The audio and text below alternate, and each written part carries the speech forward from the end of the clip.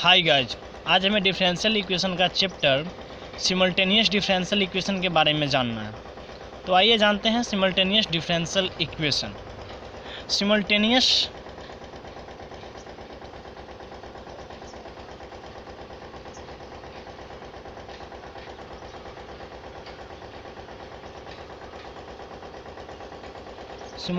Differential equation ये इसका दो फॉर्म होता है। पहला फॉर्म का जो इक्वेशन होता है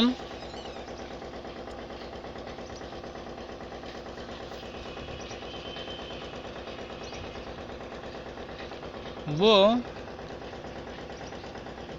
f1 dx plus f2 dy is equal to t1 and f1 dx plus phi2 dy is equal to t2 and दूसरा फॉर्म जो होता है वो है dx by p is equal to dy by q is equal to dz by r। तो चलिए हम इसको टाइप वाइज में समझेंगे। इसको टाइप फर्स्ट लेते हैं पहले।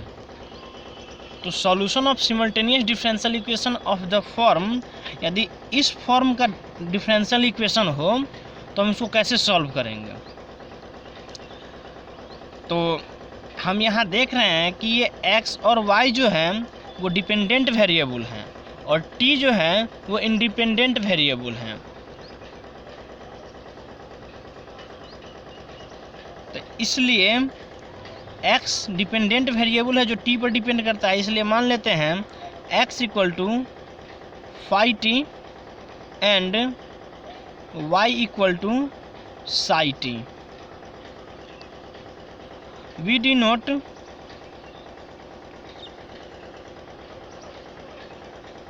हम dx बाई dt को किस प्रकार से डिनोट करेंगे।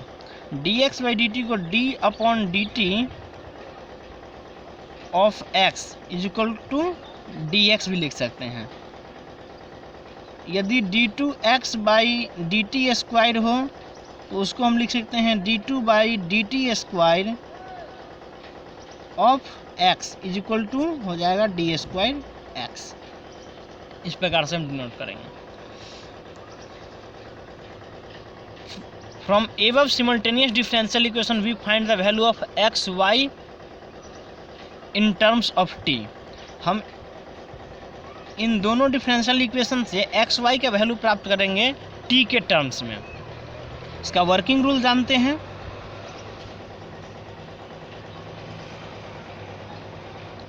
वर्किंग रूल, किसी भी प्रकार का डिफरेंशियल इक्वेशन दिया रहे हैं, हमें पहले मेरा जो पहला काम होगा वो होगा कि हम उस डिफरेंशियल इक्वेशन को स्टैंडर्ड डिफरेंशियल इक्वेशन के टर्म में कन्वर्ट करें। यानी f1 dx plus f2 dy is equal to t1 and phi1 dx plus phi2 dy is equal to t2। अब इसको इक्वेशन फर्स्ट, इसको इक्वेशन सेकेंड मान लेते हैं, जहाँ d बराबर होगा d बाई डी टी और t1 and t2 are function of t। ये t1 और t2 ये t का स्मॉल t का फंक्शन होगा या कांस्टेंट होगा या जीरो भी हो सकता है। उसके बाद सेकेंड काम जो होगा मेरा वो होगा वी फर्स्ट एलिमिनेट x या y। मेरा जो सेकेंड काम होगा वो होगा कि हम इन दोनों ही इक्वेशन से किसी एक टर्म को, x को या y को, याद रहे दोनों को नहीं, x को या y को, कोई एक को एलिमिनेट करेंगे। उसके लिए हमें क्या करना होगा, यदि हम y को एलिमिनेट करें तो हम उसके लिए करेंगे कि इक्वेशन फर्स्ट गुने phi2 d माइनस सेकेंड गुने f2 d। तो ये हमें क्या देगा, तब हमें प्राप्त होगा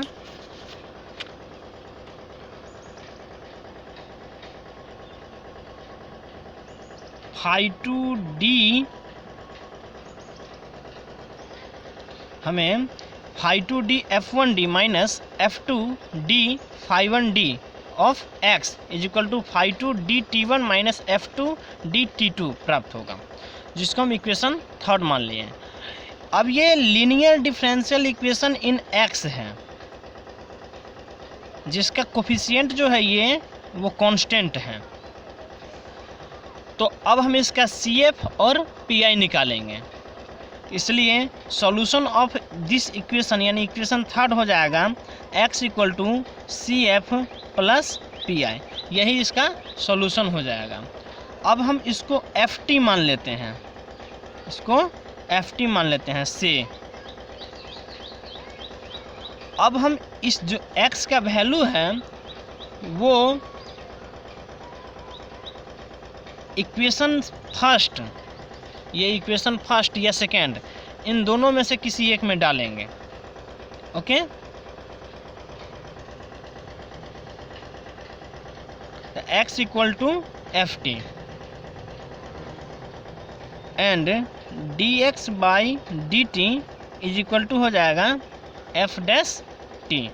हम इन दोनों ही वैल्यू को x और dx बाई dt के वैल्यू को इक्वेशन फर्स्ट या सेकेंड में से किसी एक में डालेंगे, और उसके बाद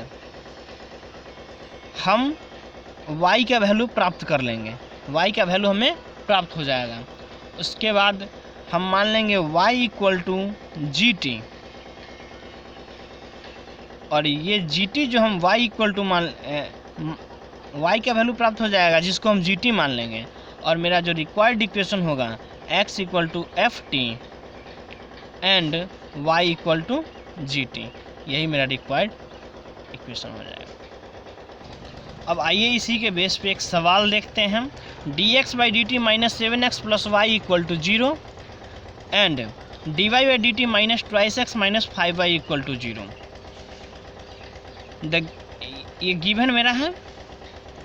अब हम इसको इस प्रकार से भी लिख सकते हैं, dx minus 7x plus y is equal to 0 and dy minus 2x minus 5y is equal to 0। अब मेरा प्राथमिकता होना चाहिए कि हम दोनों ही इक्वेशन में x के टर्म को पहले रखें, y के टर्म को बाद में रखें, तब हमें ये दो इक्वेशन प्राप्त होते हैं। अब इन दोनों इक्वेशन से हमें देखना है कि हमें इजी कौन सा होगा एलिमिनेट करने में, कौन से टर्म एलिमिनेट करें जो हमें इजी से एलिमिनेट हो जाए।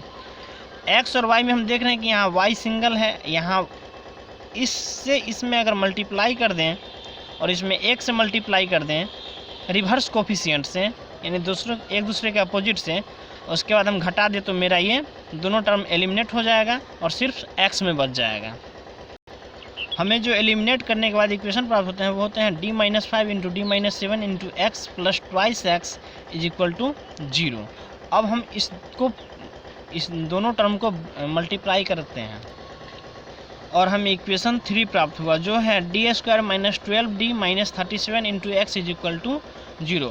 अब हम इसका एक्जुलरी इक्वेशन निकालते हैं। इसका एक्जुलरी इक्वेशन क्या होगा, d square minus 12d minus 37 is equal to 0।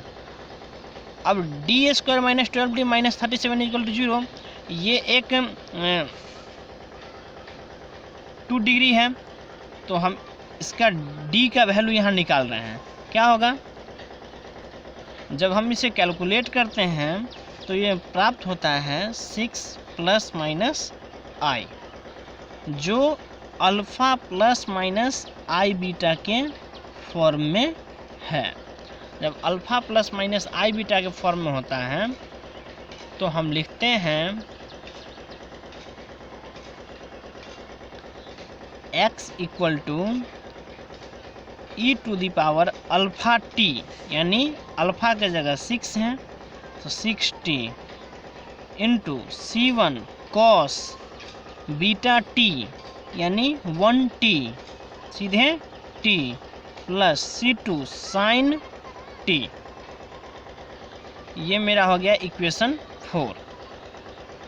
अब इस x के वैल्यू को डिफ्रेंशिएट कर रहे हैं, dx बाई डी टी, ये प्राप्त हो जाएगा e to the power 60 minus C1 cos sine T plus C2 cos T plus 6E60 C1 cos T plus C2 sine T. अब इक्वेशन फर्स्ट से देखते हैं हम, ये हम x और dx बाई डी टी का वैल्यू इक्वेशन फर्स्ट में डाल रहे हैं। तो फ्रॉम फर्स्ट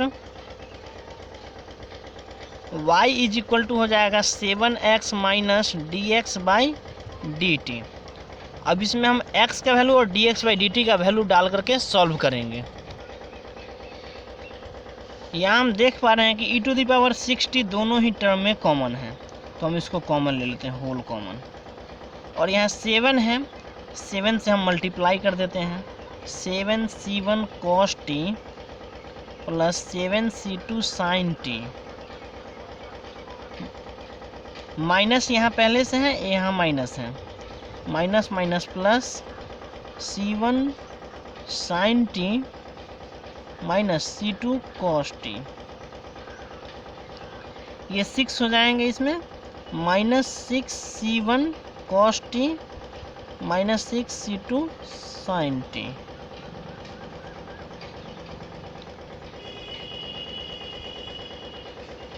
जो सॉल्व करने पर प्राप्त होते हैं e to the power 60 of C1 minus C2 of cos T plus C1 plus C2 of sin T.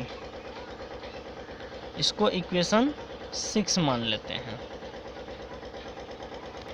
Hence complete solution of given equation is हो जाएगा x is equal to e to the power 60